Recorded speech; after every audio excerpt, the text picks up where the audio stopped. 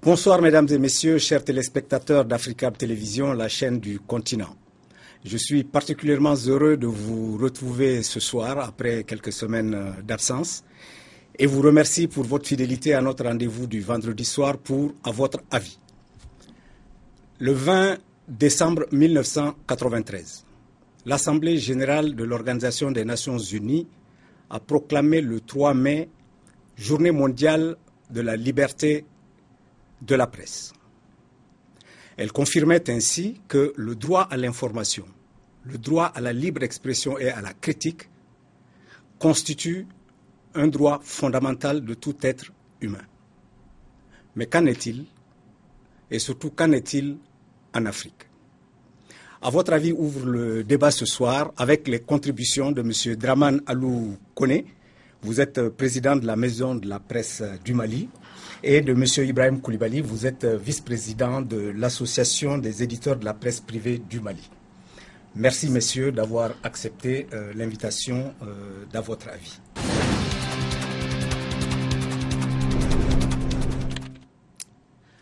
Nous allons maintenant suivre le micro-trottoir d'À votre avis avant d'entrer dans le vif de notre sujet.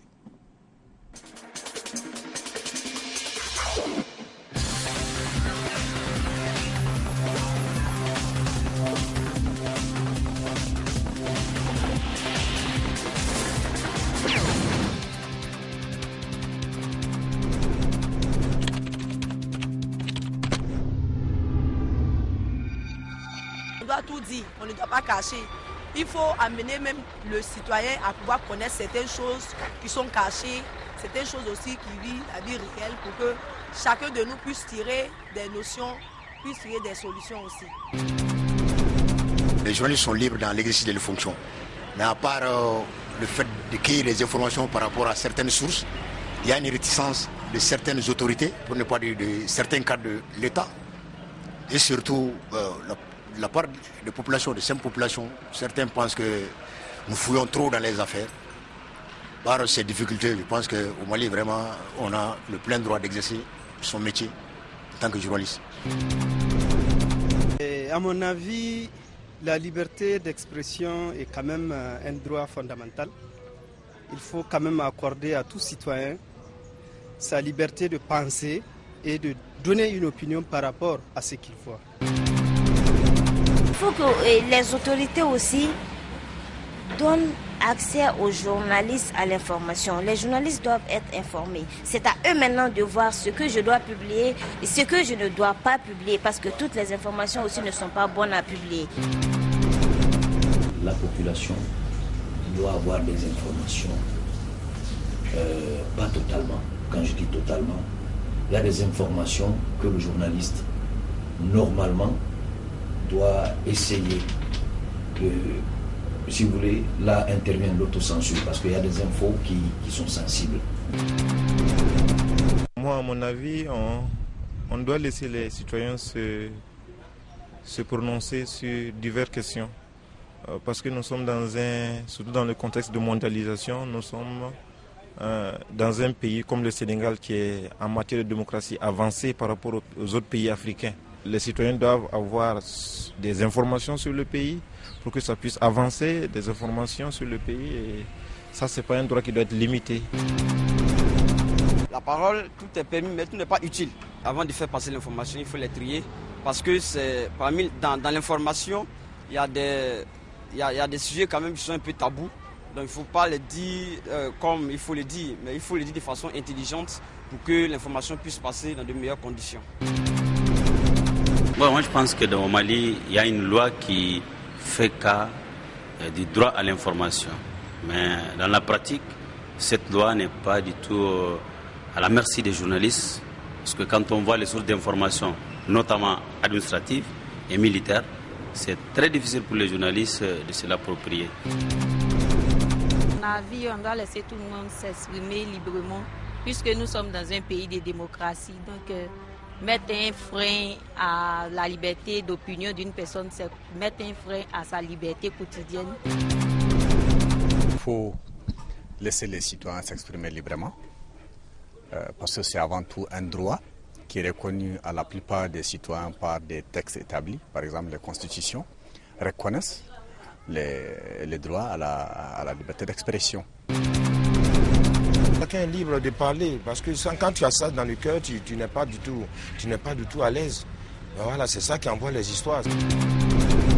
Souvent, les personnes qui sont censées nous donner des informations se méfient un peu des journalistes, parce qu'il se dit souvent que les journalistes n'utilisent pas ces informations à bon escient.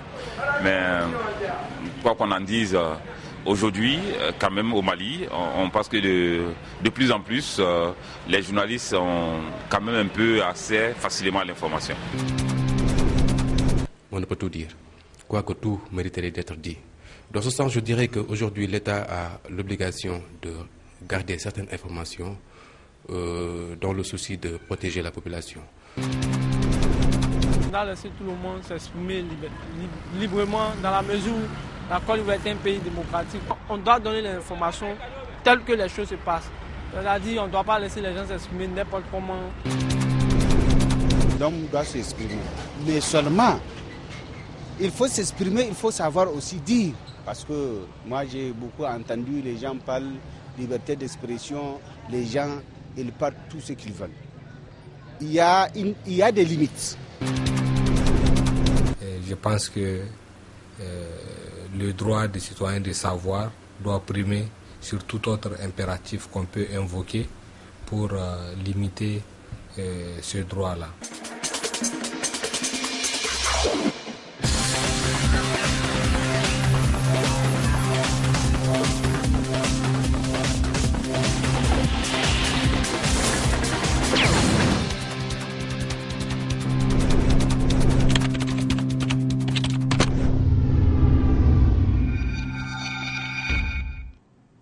Voilà. Alors, Monsieur Koné, avant que vous ne réagissiez à ce micro-trottoir, je voudrais que vous nous définissiez pour la gouverne de nos téléspectateurs ce qu'est la liberté de la presse. Qu'entend-on par liberté de la presse? La liberté de la presse, merci au Société de Africa. On entend par la liberté de la presse le droit acquis par tout citoyen, par tout professionnel du métier des médias à dire, à écrire, à parler des choses qui sont dans les limites de la profession et dans les limites de l'éthique de la déontologie. C'est très important. Parce qu'on ne peut pas tout dire, comme on l'a dit. Mais il y a des choses qu'on peut dire et les limites. C'est le droit que chaque journaliste a de parler des choses qui doivent être dites. Mais ça veut dire qu'il y a des limites d'exception qu'on doit observer. Et de là, quand je vais réagir à ce qu'on a constaté, et le constat qu'on a eu, dans l'ensemble des événements, on se rend compte qu'il y a un besoin urgent d'informer, d'être informé. Mais tous les événements aussi ont mis l'accent sur quelque chose qui est important, c'est le respect de l'éthique et de la déontologie. Il y a des limites à tout. Certes, chacun de nous doit se battre pour avoir son droit à l'information et son droit à l'expression, c'est important. Mais aussi, en même temps, on doit avoir ça à l'esprit que ces droits impliquent des responsabilités. Ces droits impliquent la prise en charge des préoccupations des autres et de la situation sociopolitique du pays. C'est que les uns et les autres ont exprimé. Et je pense aujourd'hui, l'impression qui vient de nous, les deux intervenants, ça rassure parce que les Africains ont pris conscience de leurs droits et aussi de leurs devoirs. Très bien. Alors, M. Koulibaly, je vous pose la même question. Est-ce que vous êtes entièrement satisfait par ce que M. Koné vient de dire, ou est-ce que vous voulez compléter éventuellement sa réponse? Je suis en phase avec lui. La liberté d'expression est garantie par la Constitution de la République du Mali. Donc, il y a une loi sur la presse et les délits de presse qui définissent les conditions d'exercice du métier de journalisme. Donc, c'est ce texte-là qui réglemente et qui limite effectivement la liberté d'expression pour un journaliste. Mais quand on dit la liberté d'expression, ce n'est pas que pour les journalistes. La liberté d'expression va au-delà du cadre du travail journalistique. La liberté d'expression est pour tout citoyen. Parce que ce soit dans la Déclaration universelle des droits de l'homme, que ce soit dans la Constitution du 25 février 1992 de la République du Mali, c'est-à-dire le droit à l'expression est garanti pour tout citoyen. Donc ce n'est pas seulement que pour les journalistes, mais pour tout citoyen. Mais comme on le dit, le droit à l'expression est bien défini par des textes et c'est réglementé par des textes. Donc ce n'est pas parce qu'on bénéficie de cette liberté qu'on doit tout dire ou qu'on doit faire du n'importe quoi. Ça aboutit à l'anarchie. Donc, c'est bien réglementé par des textes. Très bien. Nous allons aborder tout à l'heure, effectivement, la question des limites que vous avez évoquées et de la déontologie. Je crois que c'est fondamental. Mais avant ça, est-ce que vous pouvez expliquer à nos téléspectateurs pourquoi est-ce que la liberté d'expression, qu'il s'agisse des médias ou qu'il s'agisse du citoyen lambda, pourquoi est-ce important? Pourquoi est-ce qu'on en parle à tel point qu'on a même décrété une journée mondiale de la liberté de la presse, donc de l'expression? Je connais. Je pense que c'est... Pourquoi c'est important? On a souvent d'entendre quand même des religieux que l'homme ne va seulement du pain. C'est que les besoins sont au-delà qu'ils sont alimentaires, c'est que les besoins de savoir-faire. Et chez nous, il y a un terme qui est assez approprié, on dit kunaphonie. C'est-à-dire? C'est qui veut dire qu'il y a un obstacle, il y a une présentation sur la tête, mais dès qu'il est la personne est informée, il est libéré. Et la parole, quand elle est libre, celui qui donne l'information, celui qui entend l'information, il sent un bien-être social assez important. C'est pourquoi chaque citoyen doit être informé de ce qui se passe autour de lui en tant qu'acteur de sa vie et aussi en tant que, on peut dire aussi, quelqu'un qui subit cette vie-là. Malheureusement, chez nous, on va parler des limites et des contextes de la liberté de la presse, mais c'est des contextes qui sont, à mon avis, aujourd'hui pas politiques, mais sociaux. Mais ce qui est évident, il y a le besoin d'être informé, de s'exprimer, de donner son avis, est aussi vital que le besoin de se nourrir. Parce qu'on dit aussi que l'esprit se nourrit de ce qu'il attend et de ce qu'il peut aussi émettre. À part de ces instants-là, il faudra bien aussi qu'on enseigne à cet environnement qui est multiforme et qui est complexe, c'est besoin crucial d'être informé et d'informer. Malheureusement, à présent, il y a le contraintes, je crois qu'on va en parler au fur et à mesure du débat. Oui, d'ailleurs, on va aborder cette question et j'en profite pour demander à M. Koulibaly, quel est aujourd'hui, selon vous, l'état des lieux du droit d'être informé, du droit des citoyens d'être informés? Pas spécialement au Mali, parce que nous ne sommes pas maliens, nous sommes panafricains.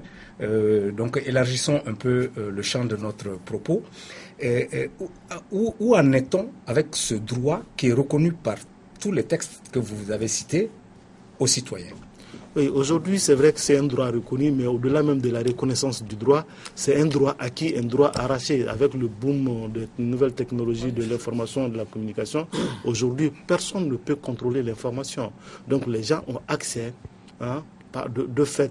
Ce n'est pas parce que le plus souvent les autorités politiques ont fait des ouvertures, mais aujourd'hui nous sommes dans un village planétaire et rien que par la magie des nouvelles technologies de l'information et de la communication, les citoyens ont accès à l'information et les citoyens s'expriment à travers des réseaux sociaux. Donc aujourd'hui, si nous essayons de faire un bilan, donc voyons que vraiment aujourd'hui la situation de la liberté d'expression est une situation vraiment garantie à tout le monde, quand bien même on essaie de limiter, parce que dans certains pays jusqu'à présent, tout le monde n'a pas accès à l'Internet, on essaie de contrôler un peu certains sites, mais qu'à cela ne tienne, dans la très grande majorité, les gens s'expriment et les gens ont l'information en temps réel. Alors, moi je veux bien, sauf que si je me réfère à l'actualité et que je me focalise par exemple sur le Burundi aujourd'hui, je constate que les radios privées provinciales et à couverture nationale sont fermées, ne s'expriment plus. Les journaux qui sont proches de l'opposition sont muselés. Et je ne sais pas, le citoyen burundais lambda qui se trouve dans la colline de Gitega de l'autre côté, je ne sais pas comment l'information lui parvient. Je connais. Oui, mais en fait, je crois qu'on est d'accord sur quelque chose. Dans l'absolu, il y a un constat de progrès important de la liberté de la presse en Afrique. Il y a 20-30 ans, même pas entre nous ici, c'était un problème. Aujourd'hui, on a l'accès à l'information dans 82% des pays. Mais il y a les pays qui font de la résistance, des pays qui sont dans la crise politique et dans la crise politique qui entraîne le musulman de la presse. Aujourd'hui, il faut se dire, même si les autorités burundaises voulaient museler les journalistes, comme il a dit, les réseaux sociaux font en sorte que les gens ont encore d'autres canaux d'information. C'est le contexte de l'évolution même du monde qui fait aujourd'hui qu'on n'a plus les moyens de museler les journalistes, on n'a plus les moyens de limiter l'accès des explorations à l'information. Mais, c'est pourquoi on fait la liberté le 3 mai. Parce que c'est toujours une raison de faire une mise au point de ce qu'on a acquis comme droit. Parce que, comme on l'a dit, c'est une quête perpétuelle. C'est pas acquis définitivement. Chaque autorité, les autorités ont toujours cette tendance et malhonnête parfois, de vouloir remettre en cause les droits acquis. Mais les 3 mois, on fait pour qu'on se rende compte de ce qu'on a fait, ce qu'on a gagné et ce qu'on est en train de perdre. Parce que, sans seulement parce qu'on a une journée fêtée pour la liberté de la presse, qu'on a la liberté de la presse. Il y a aussi des faits qui sont graves. C'est qu'il y a aujourd'hui dans les pays africains une discrimination par rapport à l'information. Et quand on parle des réseaux sociaux, même là aussi, les citoyens sont discriminés. Et moi, je parle au Mali, il y a moins de 5% des Maliens qui ont accès aux réseaux sociaux. C'est dire que le droit à l'information n'est pas acquis pour tout le monde. Mais pour les citoyens, comme nous qui sont dans les grandes villes, qui ont déjà l'électricité déjà. Parce qu'au Mali, pas 10% des Maliens n'ont pas le droit à l'électricité. En Afrique, c'est 15% de manière générale, en moyenne. Ce qui veut dire qu'aujourd'hui, même si on voudrait que tout le monde ait accès à l'information à temps, aujourd'hui, la situation politique et économique de nos pays fait que, jusqu'à peu le contraire, on n'a pas encore la liberté d'information acquise pour tout le monde. Mais quelle sera sa signalité? Mais aujourd'hui, c'est qu'il y a eu un progrès énorme. Depuis 1991 jusqu'à nos jours, prendre certains pays, le Mali a aujourd'hui plus de 350 radios. Il y a plus de 116 journaux, il y a beaucoup de sites d'information. Ce qui veut dire que la plupart de l'information et la diffusion de l'information sont une réalité. Mais ça veut dire qu'on n'a pas encore d'autres quêtes, parce qu'on va en parler dans d'autres contextes qui soient institutionnels, qui soient politiques, qui sont d'autres sociaux et d'autres économiques. Et tout ça, pour l'instant, dans l'absolu, on a fait un progrès. Malheureusement, ce progrès est fait aussi au détriment des populations qui n'ont pas accès à l'information, qui n'ont pas accès à l'électricité, pas accès à l'Internet. Très bien. Alors justement, on va aborder cette question que vous venez d'évoquer, c'est-à-dire la problématique des obstacles. Quels sont les faits ou les situations que vous pouvez identifier, M. Koulibaly, comme étant des obstacles à l'exercice de cette liberté d'expression d'une part et à la liberté et au droit d'être informé d'autre part? Le premier obstacle, c'est la volonté politique. En Afrique, nous sommes toujours dans des pays où il y a des pays qui sont constamment secoués par des crises politiques, par des crises sociales, des crises économiques. Donc, le premier obstacle pour moi, c'est la volonté politique. Vous venez de prendre le cas de Burundi, c'était des radios qui marchaient, mais on les a fermées suite à une crise politique. Donc, souvent, c'est des crises politiques. Nous avons jusqu'à présent des despotes éclairés qui ne veulent pas, pour des ambitions personnelles, qui veulent museler la presse.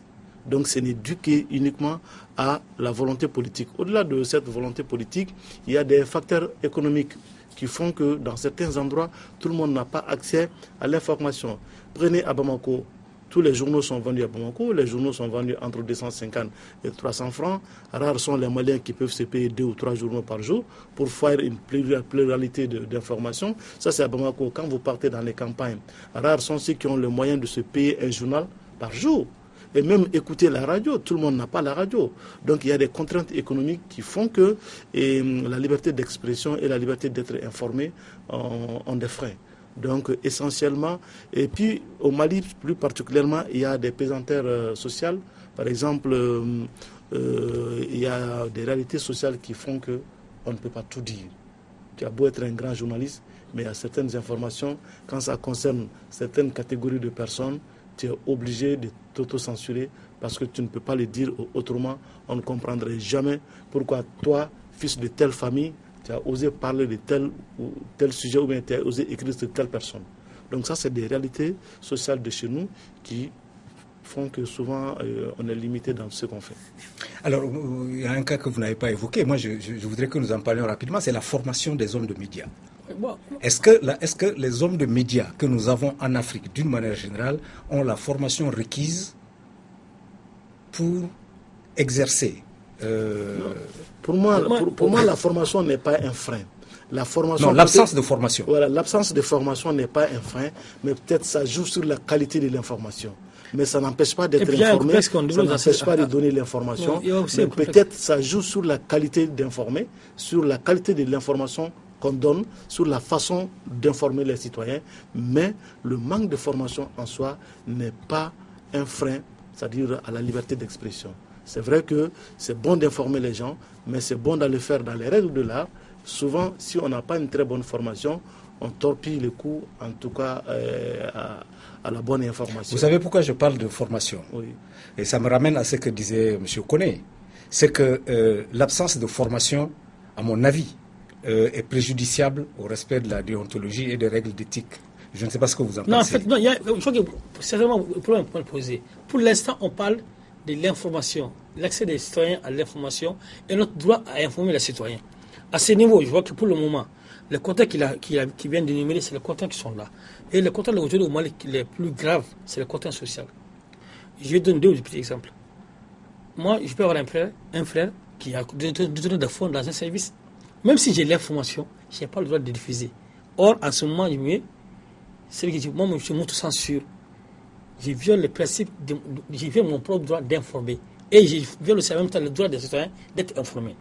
Il y a aussi des localités où les femmes n'ont pas droit à la parole. Moi, j'étais dans un village vers le blanc où la radio existe plus de 5 ans. On n'a jamais entendu 2 femmes parler sur la radio.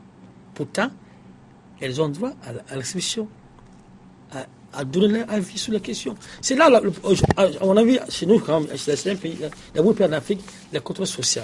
Maintenant, par rapport aux questions de formation, en Afrique, les problèmes des ressources humaines sont criants partout. La presse, il faut exception à la règle. On a un problème de niveau partout. Et ça, tant qu'on va résoudre ces problèmes-là, on n'aura pas la presse qu'on veut. Je vois qu'on va en parler, j'espère. Ce qui est sûr, il ne faut plus jamais oublier le début de la pratique médiatique dans notre pays. On a créé les journaux au Mali pour en faire des outils politiques. En 1991, c'est les politiques qui ont créé les journaux. Et ceux qui arrivent dans les médias, c'est les gens qui sont arrivés parce qu'ils ont la passion de ce métier ou qui n'ont pas eu de travail. Parce que je rappelle que, je connais presque le Mali, 90% des journalistes des travailleurs de la presse sont à leur première expérience. C'est-à-dire que les gens ils viennent de la presse parce que là-bas, on leur offre la première expérience de travail. Et ce qui veut qu'ils viennent pour le tard, il faut les former au fur et à mesure. C'est déjà la mission de la maison de la presse, la formation de la capacité des journalistes qui sont en activité. Mais vraiment, il faut se dire la vérité. Aujourd'hui, c'est inquiétant pour l'avenir parce que la lèvre n'est pas assurée en termes de qualité, en termes de formation des journalistes, en termes de ressources humaines qu'on dispose dans nos élections. Et je crois que s'il n'y a pas une prise de conscience rapide sur cette question fondamentale, même si on donne tous les droits d'informer, même si on offre tous les moyens d'informer, on ne sera pas à hauteur des femmes, parce qu'on n'aura pas des hommes qu'il faut pour informer, on n'aura pas des femmes qu'il faut pour donner l'information. Oui, et pour te compléter dans ce sens, vous savez, le problème de formation, comme je l'ai dit, effectivement, c'est un vrai problème qui joue sur la qualité de l'information. L'ouverture médiatique au Mali, je crois que ça date des années 89, mais pour la première fois, on attend toujours la première école de journalisme au Mali. Jusqu'à présent, on attend. Vous parlez du Mali parce que vous êtes malien, mais je peux vous assurer que c'est un peu partout comme ça que le problème se pose. Si vous voulez bien, on va maintenant se rendre à Dakar, où nous allons prendre en duplex Elhadj Thierno Dramé. Elhadj Thierno Dramé est le président de la Convention des jeunes reporters du Sénégal, à qui nous allons donc demander quel est l'état des lieux de la liberté de la presse au Sénégal. Bonsoir, Monsieur Dramé. Bonsoir, Mariko. Alors, dites-nous, comment se présente la situation en matière de liberté de la presse au Sénégal? Dans certains pays, les présidents sont installés depuis une trentaine d'années. Dans d'autres, il y a une démocratie qui est balbutiante. Dans d'autres également, c'est une démocratie assise. Et donc, l'un des premiers outils de mesure justement de cette démocratie, c'est la liberté de la presse. Et donc, elle est, selon que le pays est dirigé par un dictateur ou par un président démocrate élu démocratiquement, cette liberté de presse est arrimée à cette situation politique. L'autre, c'est évidemment la question de la formation, parce que aussi il est important pour un journaliste d'être bien formé, de maîtriser un peu le contexte dans lequel on évolue. Parce que parfois aussi, je donne l'exemple du Sénégal, c'est vrai que la liberté de presse existe, mais aujourd'hui les journalistes sont généralement mal perçus par la population parce que nous avons cette fâcheuse tendance à vouloir entrer dans la vie privée des gens. Du coup, on parle de choses qui forcément ne peuvent ne pas intéresser le téléspectateur, le lecteur ou simplement le citoyen, mais on a cette capacité d'immixtion qui fait que souvent on entre dans des détails qui fait que les citoyens ont cette révulsion de la presse parce qu'ils ont peur qu'ils entrent dans leur vie privée, ils ont peur qu'ils les agressent. Quand je dis agresser, c'est pas le sens physique du terme, mais le sens moral. Et je pense que c'est aussi un goulot d'étranglement. Merci Elhadj Thierno Dramé et bonne soirée à Dakar. Merci beaucoup, Monsieur Mariko. Bien, alors, une petite réaction à ce que M. Dramé vient de dire. Oui, allez-y, qui prend la parole? Allez-y, M. Koné. Donc moi, M. Dramé, moi je l'ai bien écouté, mais je vous avoue que j'ai du mal à le comprendre un peu, parce que quand tu dis que c'est vrai, la situation de l'état d'expression ou de la liberté de la presse est fonction des chefs d'État, des régimes en place en Afrique, là je suis d'accord. Mais quand ils essaient de faire la part entre la vie privée des gens, c'est là où vraiment je ne suis pas très bien. Parce que si on prenait la vie privée, moi je verrais très mal comment on arriverait à dissocier la personne du président de la République et la personne de M. X. Je vois très mal comment on arrive à dissocier la personne d'un ministre de ça. Donc c'est ça. Parce que souvent, quand les comportements du ministre réagissent sur sa fonction, on est obligé d'en parler. Y compris sa vie privée? Y compris. Mais c'est ça, justement, quand il y a accointance entre vie privée et intérêt et général, on est obligé d'en parler. Parce que souvent, il y a des relations qui ne sont pas anodines. Donc, il y a des relations, monsieur le ministre fait ça, mais l'important, selon les conséquences, c'est qu'il fait exprès parce qu'il sait que ça a des retombées. Non, donc, concret. Oui, voilà. M. Koné, allez-y. Avoir une copine, c'est de la vie privée. C'est ça. Oui. Mais quand si ta copine a des marchés publics, c'est plus privé. Si c'est concret, quoi. Je veux dire qu'on soit concret. Par exemple, il y a une hypocrisie qu'on veut nous imposer. Si quelqu'un est aux affaires publiques, votre vie privée n'a plus grande importance pour nous parce que vous êtes dans l'action publique. Et chaque fois que vous agissez en privé et cet agissement agit sur votre activité publique, on est obligé d'en parler. Et c'est ce que M. Poulot veut dire. On a vu des ministres qui ont donné un marché à leur copine. En ce moment, même si on parle de sa copine, c'est sa vie privée, mais dès le moment que sa copine intervient dans la sphère publique, pour bénéficier des affaires publiques, on va dire que c'est plus vie publique. Alors, c'est un débat. Non, c'est un grand débat, mais je pense que au fur et à mesure, parce que même c'est pas en Europe, le même débat se pose, autant en Europe qu'en Afrique, mais ce qui est réel, ce qui vient de souligner, c'est la réalité des choses. Quand il y a une limite, une démarcation entre les deux vies, je ne pense pas qu'on ait intérêt à parler de sa vie privée. Mais quand la vie privée entache la bonne marche de la République, obligatoirement, en tant que citoyen, en tant que veille, en tant que journaliste, on doit en parler. Est-ce qu'il faut comprendre? Très bien. Dans le micro-trottoir, il y a le dernier intervenant qui vient du Niger, qui s'appelle M. Tchangari, qui est une figure de la société civile nigérienne, a dit quelque chose de très important. Je voudrais votre avis là-dessus. Il a dit rien ne doit primer sur la liberté d'expression. Rien. Il dit on ne peut pas invoquer quoi que ce soit qui empêche l'exercice de la liberté d'expression. Qu'est-ce que vous en pensez? Moi, je suis d'accord avec lui dans le principe. En tant que principe, rien ne doit empêcher la liberté d'expression. Dans les principes. Mais les principes aussi, comme on a dit, on ne peut pas faire fi des réalités socio-économiques, on ne peut pas faire fi du contexte dans lequel nous vivons.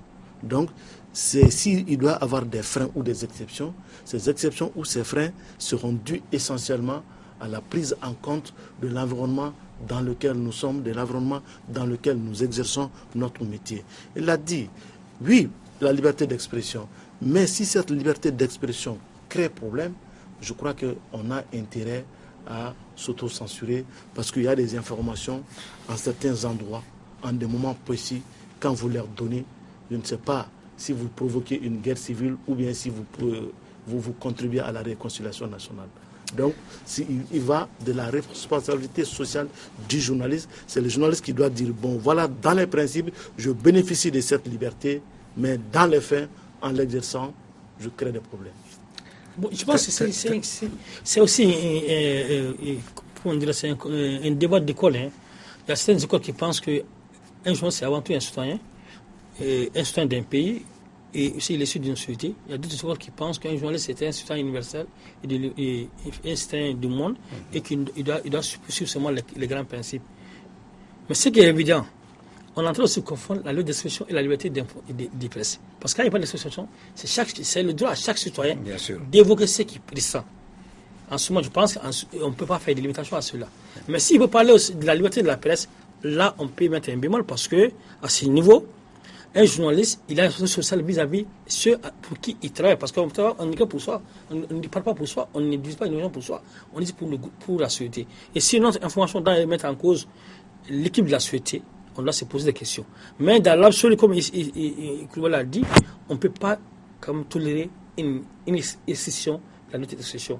Et cette liberté d'expression concerne l'ensemble des citoyens, non seulement les journalistes. Parce qu'il y a aussi cette confusion qu'on est en train de faire. Oui, bien sûr. Quand on parle de liberté d'expression, on pense que les journalistes, on parle de chaque citoyen, chaque individu, et c'est-à-dire à chaque individu a le droit d'exprimer ce qu'il ressent. Et ce droit n'a pas été limité. Très bien. Alors, je propose que nous allions à Libreville pour notre second duplex de ce soir, où nous allons nous entretenir avec M. Jean-François Ndongou, qui est président du Conseil national de la communication. Bonsoir, M. Ndongou. Il semble que votre institution est plus prompte à sanctionner les médias proches de l'opposition gabonaise. Qu'en est-il? Qu'est-ce qui nous amène toujours à sanctionner? Mais c'est par rapport à la loi. La liberté de la presse, la liberté de communiquer, la liberté d'opinion est encadrée. Il faut respecter l'ordre public. Il interdit de faire des insinuations. Il interdit d'injurer les compatriotes. Il faut respecter la dignité humaine. Lorsque ces éléments ne sont plus respectés, nous sommes malheureusement amenés à sanctionner. Mais la sanction arrive à la fin du processus. Nous commençons toujours par des auditions à huis clos de pédagogie pour écouter quelles sont les motivations qui ont amené le journaliste à écrire cet article. Pourquoi il a utilisé ce ton? Et nous ramenons le journaliste ou le directeur de la rédaction à l'ordre de façon qu'il observe les règles prescrites dans la matière. Si d'aventure les journalistes proches ou ayant la tendance de développer des idées de l'opposition pensent que nous ne sanctionnons que les journaux de l'opposition. Non. Et il n'y a pas longtemps, nous avons mis en demeure la Griffe, qui ne l'a pas d'ailleurs apprécié. Mais nous ne faisons que notre devoir. Et lorsque nous faisons des auditions, nous appelons toute la presse, singulièrement la presse écrite avec celle que nous avons plus de difficultés. Nous essayons de sensibiliser les acteurs de ce secteur, mais nous n'avons pas de parti pris. Monsieur Ndongou, vous avez, avant d'être président du Conseil national de la communication, vous avez été ministre de l'Intérieur de votre pays, le Gabon. N'est-ce pas suspect? Oui, il n'y a pas de compatibilité.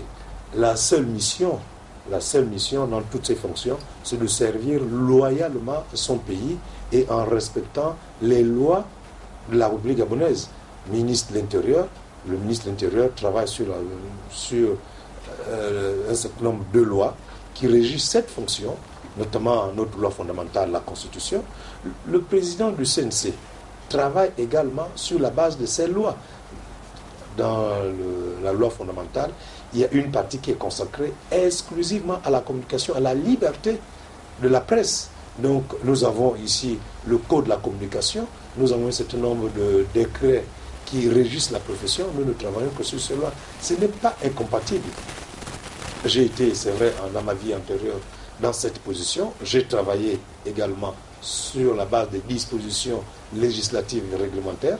Ici, je travaille également sur des dispositions qui ne sont pas de même nature, mais ce sont des lois votées par le Parlement, promulguées par le président de la République, qui encadrent le travail du président du Conseil national de la communication et des collègues qui m'assistent. Nous sommes un collège de 9 membres. Nous ne travaillons que sur la base de ces dispositions législatives et réglementaires. Donc, il n'y a pas d'incompatibilité dans ce que nous faisons ici. Merci, Monsieur Ndongou, et excellente soirée à Libreville.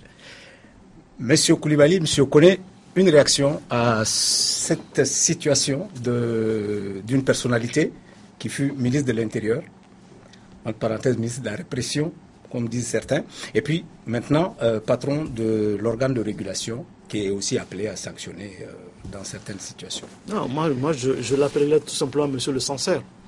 Donc lui, ce n'est pas un président d'un conseil national de communication. Moi, je l'appelle tout simplement Monsieur le censeur, parce que sa mission est très claire. il est venu pour censurer la presse. Donc lui-même... Pourquoi vous dites ça? Pourquoi vous dites ça? Je le dis à travers ses propres propos, à travers même sa façon de s'exprimer, on sent en lui que ce monsieur vraiment n'a pas beaucoup de considération pour les candidats.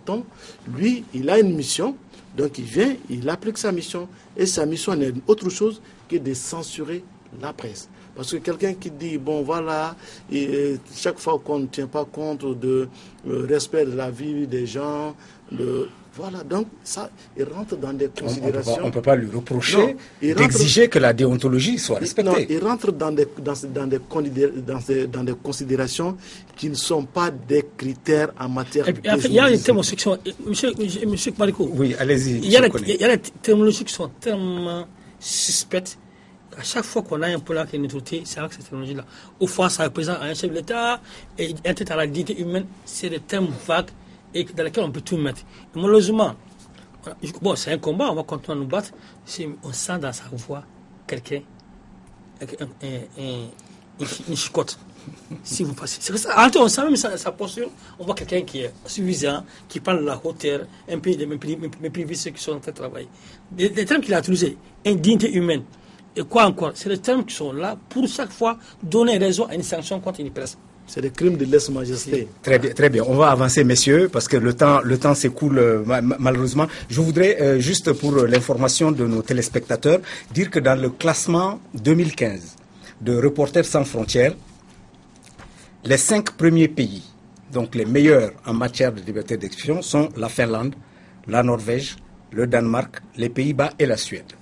Le premier pays africain dans l'ordre donc de préséance, c'est la Namibie qui arrive à la 17e place.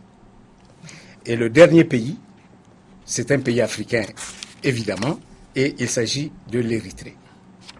Voilà, ça c'est pour informer un peu nos téléspectateurs. Et évidemment, les pays africains sont beaucoup plus dans... disons, le bas du tableau que dans le haut du tableau. Voilà. Alors, je voudrais aussi vous demander de me donner votre point de vue sur une citation de Benjamin Franklin. Benjamin Franklin, comme vous savez, c'est l'un des pères fondateurs des États-Unis d'Amérique. Donc, au XVIIIe siècle, voilà ce que disait Benjamin Franklin. Un peuple prêt à sacrifier un peu de liberté pour un peu de sécurité ne mérite ni l'une ni l'autre et finit par perdre les deux. Messieurs. Ouais, bon, en fait, c'est le même débat qui se pose aujourd'hui en France, avec la loi sur l'enseignement. En fait, quand on tue la liberté, on tue la sécurité. C'est simple, qu'un individu qui n'a pas le droit de dénoncer ce qu'il sent, il ne peut pas bénéficier de la sécurité dont il a besoin. Un citoyen qui, chaque fois, est opprimé, qui ne peut pas dire que je suis opprimé, qui ne peut pas dire que c'est telle chose dont je souffre, cet individu n'aura jamais accès à la sécurité dont il a besoin. Les deux sont liés. Oui, mais monsieur connaît. Il y a un débat. Pour des raisons sécuritaires, est-ce que vous pensez, parce que monsieur Koulibaly disait tout à l'heure que pour la sécurité de l'ensemble du corps social, on peut accepter que la liberté soit bridée. C'est un débat piégé. C'est un débat piégé, surtout pour nos pays. On va finalement dire, n'importe quel sujet va pouvoir porter atteinte à l'équité du territoire national. Et là, en ce moment, c'est un problème. Mais en France, il doit être à ce niveau-là. Parce qu'on pense que, comme aujourd'hui, il y a la menace terroriste, il faut que les gens, on doit aller jusqu'à occuper dans leur vie intime. C'est parce que c'est le besoin de la sécurité. Finalement, on n'a plus de limites. Et ça, il faut s'interroger. Je ne dirais pas que ce n'est pas vrai, parfois, de tenir compte des réalités sociopolitiques dans un pays. C'est évidemment aussi notre situation sociale en période de crise. D'ailleurs, chez nous, à la Maison de la Presse, on est en train de mener une campagne dans ce sens-là. Mais ce que je dis c'est un débat piégé, dans la mesure où les gens à qui on a affaire peuvent détourner ces besoins d'être sécurisés à leur fin. Leur fin, c'est quoi? C'est de mesure de la presse. Sinon, le devoir des pères, quand on a la liberté, quand on a le droit d'exprimer ce qu'on dit ça, quand on a le droit de dénoncer, ce qu'on doit revendiquer, on a en même temps les moyens d'avoir notre sécurité. Si on veut sacrifier l'un pour l'autre, Benjamin a été clair, on va perdre les deux. Et c'est ce qui nous inquiète aujourd'hui. Monsieur Koulibaly, votre point de vue sur cette question? Parce que tout à l'heure, je vous ai bien écouté. Moi, je vais prendre des exemples terre à terre. Voilà qu'est-ce qui se passe au Mali. Tout le monde dit qu'il faut que la population coopère avec les forces de sécurité. Mais qu'est-ce qui se passe? Tu donnes une information. C'est toi qui deviens le suspect numéro 1. Et si tu ne fais pas attention, on t'empêche de travailler. Au lieu que c'est-à-dire tu viens donner l'information en tant que citoyen, parce que tu as connaissance d'un problème sécuritaire, mais quand tu viens donner l'information, par fini, si tu ne fais pas attention, c'est toi qui risques d'empérir, parce que toi tu deviens le suspect numéro 1. Dans la circulation, le plus souvent quand il y a des accidents de circulation, autrefois, les gens transportaient les blessés à l'hôpital. Mais qu'est-ce qui se passe? Si tu le fais, tu perds ta journée et tu perds les sous que tu as en poche. Donc finalement, les gens laissent les gens mourir, les blessés mourir. Et finalement, quand les gens ont des informations, ils refusent de donner à la police. Parce qu'en le faisant, chaque jour tu es convoqué, chaque jour tu es convoqué. Donc, cette liberté, on entrave ta liberté. Donc, toi, tu veux donner des informations pour sécuriser, mais en fait, c'est toi qui... Le débat, c'est quoi? On veut dire qu'on doit nous amputer une partie de notre liberté parce qu'on a besoin de sécurité. C'est ça le débat. Et là, c'est piégé. C'est exactement ça. C'est ça le débat. Et là, c'est très piégé. Non, dans ce contexte, on ne doit pas aliéner la liberté des citoyens pour des questions de sécurité. Parce que pourquoi? C'est la liberté des citoyens qui assure la sécurité. C'est lorsque les citoyens se sentent libres. En ce moment, ils travaillent à la sécurité économique, à la sécurité politique, à la sécurité militaire de leur pays. Mais des gens qui ne sont pas en liberté, comment voulez-vous qu'ils contribuent à la libération de la sécurité? Donc moi, je pense que les deux vont de pair et la liberté est un préalable à tout développement. Ça, c'est d'un point de vue personnel. Très bien. Alors, on va un peu avancer, M. Koné. Je vais là vous lire des extraits d'une étude qui a été faite et je voudrais que vous réagissiez là-dessus. Alors, c'est évidemment une étude qui a été faite par Reporters sans frontières. Voilà ce qu'ils disent. La richesse par habitant est corrélée positivement à la liberté de la presse. La richesse par habitant est corrélée positivement à la liberté de la presse. Ça renforce ce qu'on vient de dire. Performance de la Norvège ou du Danemark, qui sont respectivement 2e et 3e au classement mondial 2015.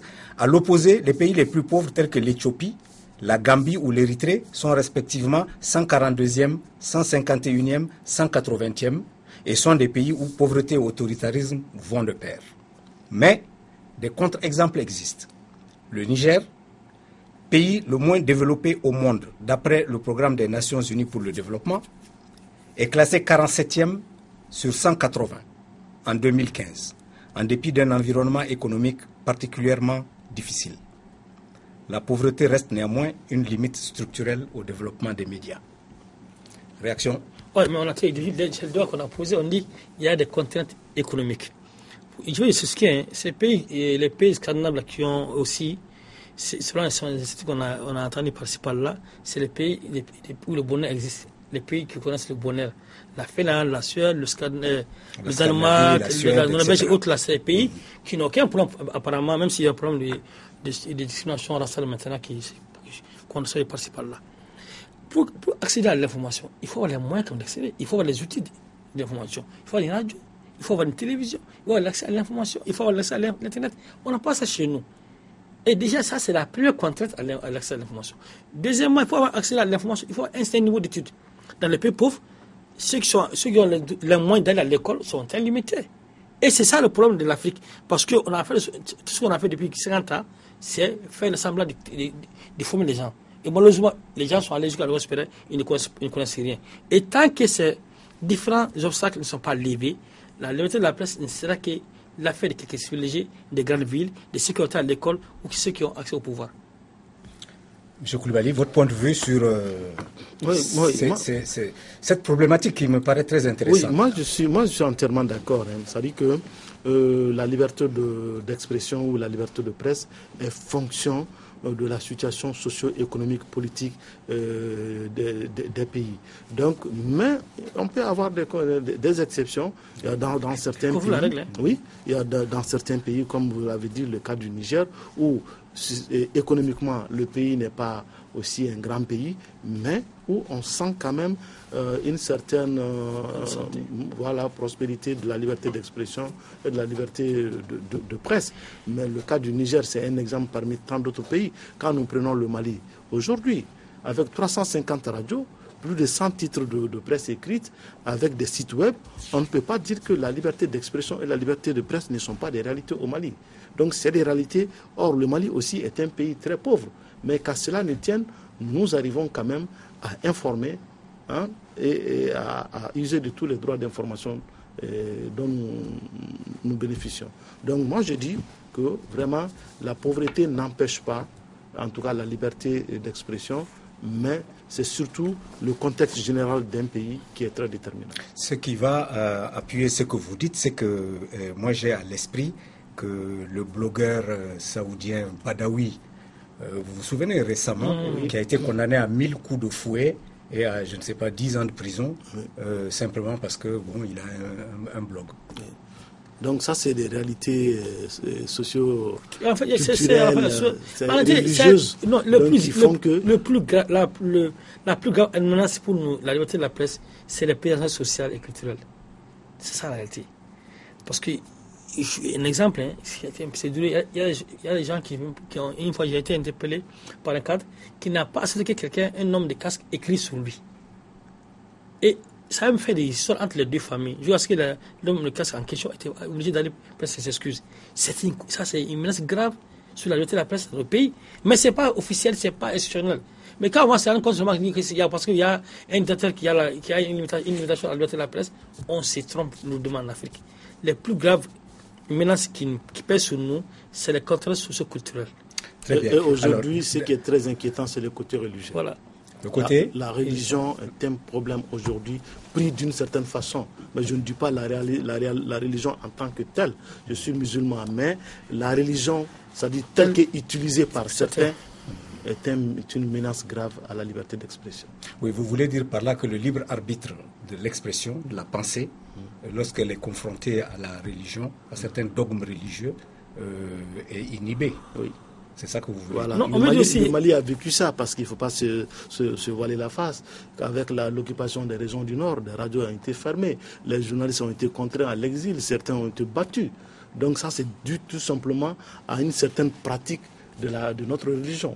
Donc il y a des obscurantistes qui sont les plus dangereux pour la liberté. Mais ils sont aussi présents au sud aussi. Très bien. C'est présent au sud.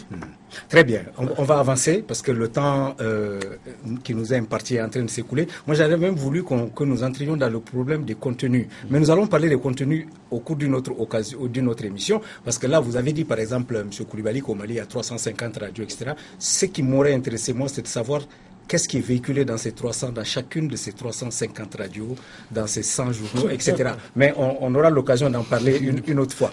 Pour le moment, je vais juste vous citer une phrase de Amadou Maktaba, qui est un Sénégalais, un observateur et un homme de médias. Il dit « Vous ne pouvez pas être indépendant si vous avez faim ». Voilà, je voulais dire ça. C'est pour dire que peut-être que les hommes de médias...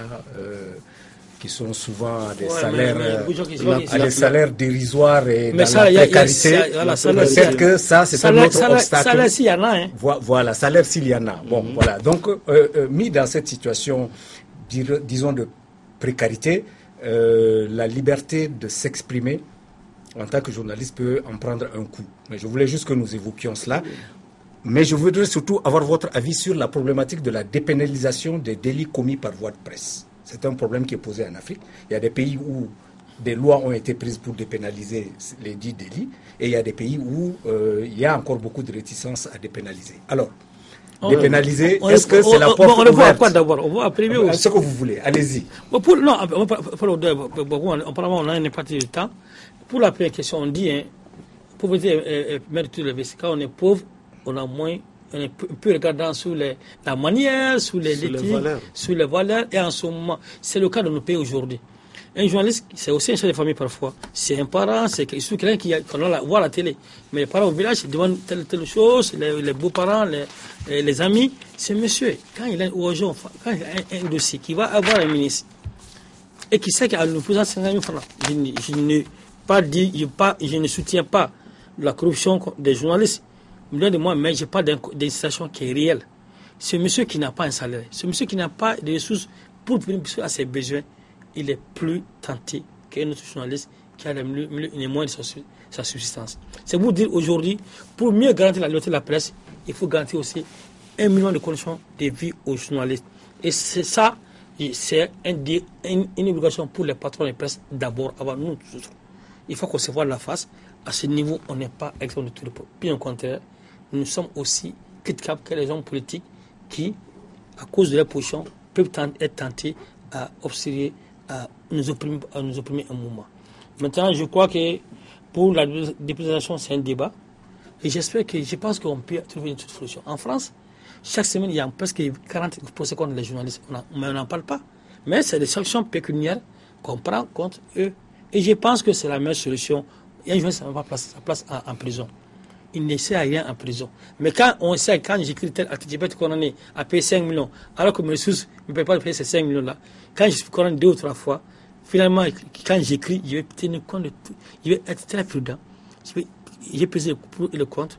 Je vais saisir tout le compte avant d'écrire. C'est vous dire qu'on peut mieux contrôler la presse sans envoyer un journaliste en prison. Ça n'a aucun sens à mon avis. Oui, la place d'un journaliste, c'est pas en prison. C'est devant son ordinateur en réalité. Non, c'est pas ça seulement. Monsieur Koulibaly. D'accord. Nous sommes arrivés à la fin. Oui, donc, parlant de la situation de monsieur, j'évoquerai un autre Sénégalais, Elad Kassé, qui a écrit un livre Misère de presse. Donc moi je pense que c'est les mêmes problèmes. Donc la précarité est un véritable problème parce que la précarité empêche l'observation des règles d'éthique et de déontologie. Ça c'est une réalité. Mais quand bien même que nous évoluons dans un environnement défavorable, mais il y a des journalistes quand même qui arrivent à émerger, à faire très bien leur boulot et qui sont appréciés par tous. Donc la misère n'est pas forcément, en tout cas, mais c'est un problème. Voilà, c'est un problème réel. C'est un problème réel. Et là, ce n'est pas donné à tout le monde de pouvoir faire abstraction de ça et de faire correctement son travail. Maintenant, par rapport à la dépénalisation, moi je trouve que les peines privatives de liberté pour un journaliste, ce n'est pas la peine. Franchement, ce n'est pas la peine de priver un journaliste de liberté parce qu'il a écrit ceci, parce qu'il a écrit cela. Comme on a dit, c'est un débat. Même au Mali, le débat est très ouvert. Il y a certains qui sont pour que le journaliste réponde directement devant un juge en cas de problème. Mais il y en a qui pensent que non, le journaliste doit être sanctionné et il doit être frappé au portefeuille quand il y a un problème. Donc on lui impose des sanctions pécuniaires. Donc peut-être, vu quelqu'un qui n'a pas assez de moyens et qui travaille dans des conditions précaires, si on lui frappe au porte-monnaie 1 ou 2 fois, désormais il va réfléchir avant d'écrire quoi que ce soit. Monsieur Koulibaly, Monsieur Koné, je vous remercie pour nous avoir accompagnés au cours de cette émission et d'avoir permis aux téléspectateurs d'Africab Télévision de comprendre encore mieux la problématique de la liberté de la presse et donc du droit du citoyen à être informé. Merci encore une fois. Merci. Mesdames et messieurs, que cache le béton en Afrique? Nous allons la semaine prochaine ouvrir ce débat sur l'immobilier en Afrique, qui est une problématique très importante, mais dont en général on parle très peu. Alors, si vous avez des avis, des idées, des propositions, des opinions sur la question, envoyez-les nous au 00223 44 20 80 80. Par SMS au 00223 74 22 59 73 et par mail à votre avis @africabtelevision.com. Excellente soirée chez vous, prenez bien soin de ce que vous aimez et à vendredi.